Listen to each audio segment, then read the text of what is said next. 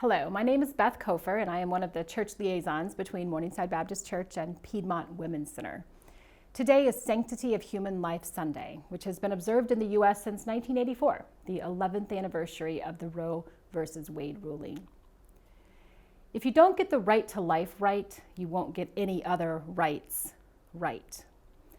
On January 22, 1973, the U.S. Supreme Court essentially created a new class of persons, the preborn, and then ruled that that group could be stripped of their rights of personhood. It's now been 49 years since that ruling, and 63 million preborn lives have been lost to abortion. It was in the wake of that ruling, though, that pregnancy care centers began to crop up around the country to provide support and to encourage hurting women to choose life. Since 1991, Piedmont Women's Center has been offering its services here in Greenville. I first became aware of and involved with Piedmont Women's Center almost 25 years ago. I served as a volunteer counselor and helped with volunteer training for about 4 years until our family moved out of state. I don't currently counsel on a regular schedule, but I do volunteer at special events and help to coordinate prayer support for the ministry here at Morningside. I learned a lot of things as a volunteer, but one of the primary things I learned was that a decision for life usually comes from a true heart change, and a true heart change can come only through the gospel of Jesus Christ. And that is what Piedmont Women's Center is truly about. Sharing the love of God and the gospel of Christ is the primary mission of Piedmont Women's Center. Saving babies is something that happens when hearts are changed through the gospel. On average, Piedmont Women's Center sees a heart change of about 60% in women who enter their clinics abortion vulnerable or abortion minded. 60% respond to the message of the gospel. This heart change is due to the combination of Christian counseling and being able to offer free limited OB ultrasounds to clients.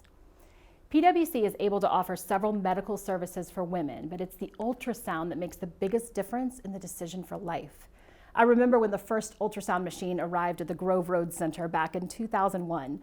I was expecting my first child, and before we could offer ultrasounds to the public, the volunteer nurses had to log hours on the machine. So my oldest son, Jack, was actually one of the first ultrasounds that was performed there.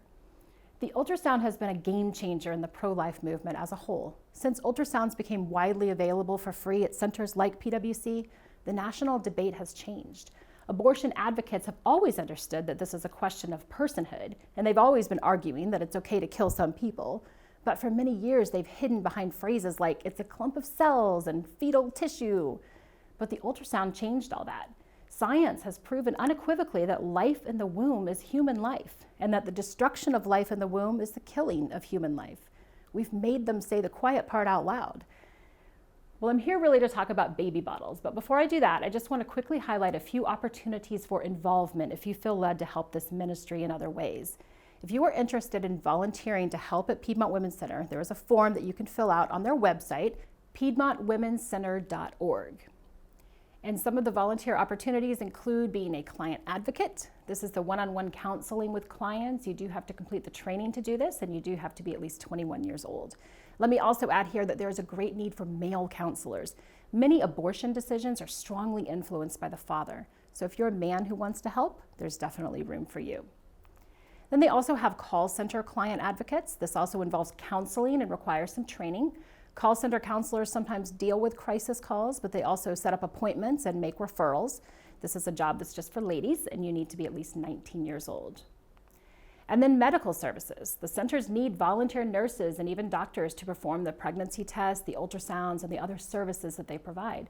This requires training, and of course also requires that you have the medical qualifications and that you have a current license.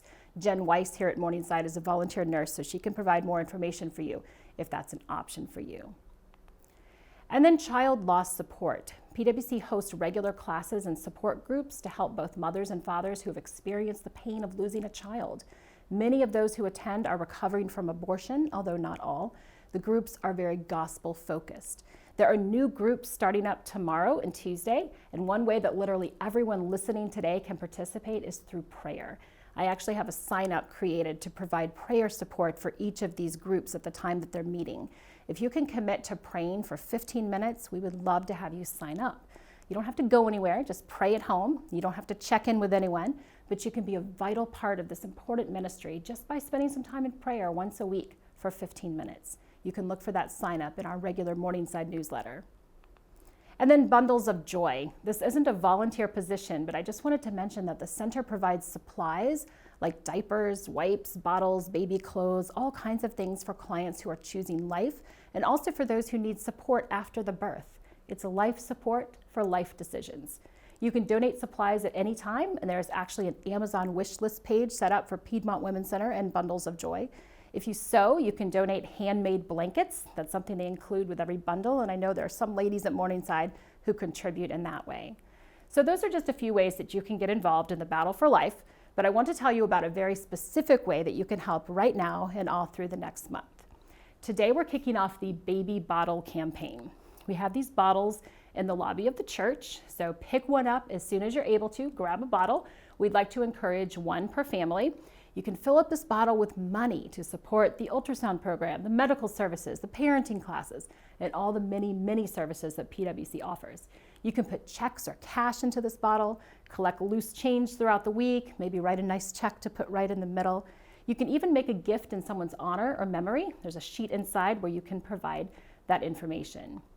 The average collection for one of these baby bottles is $25, but you don't have to stop there.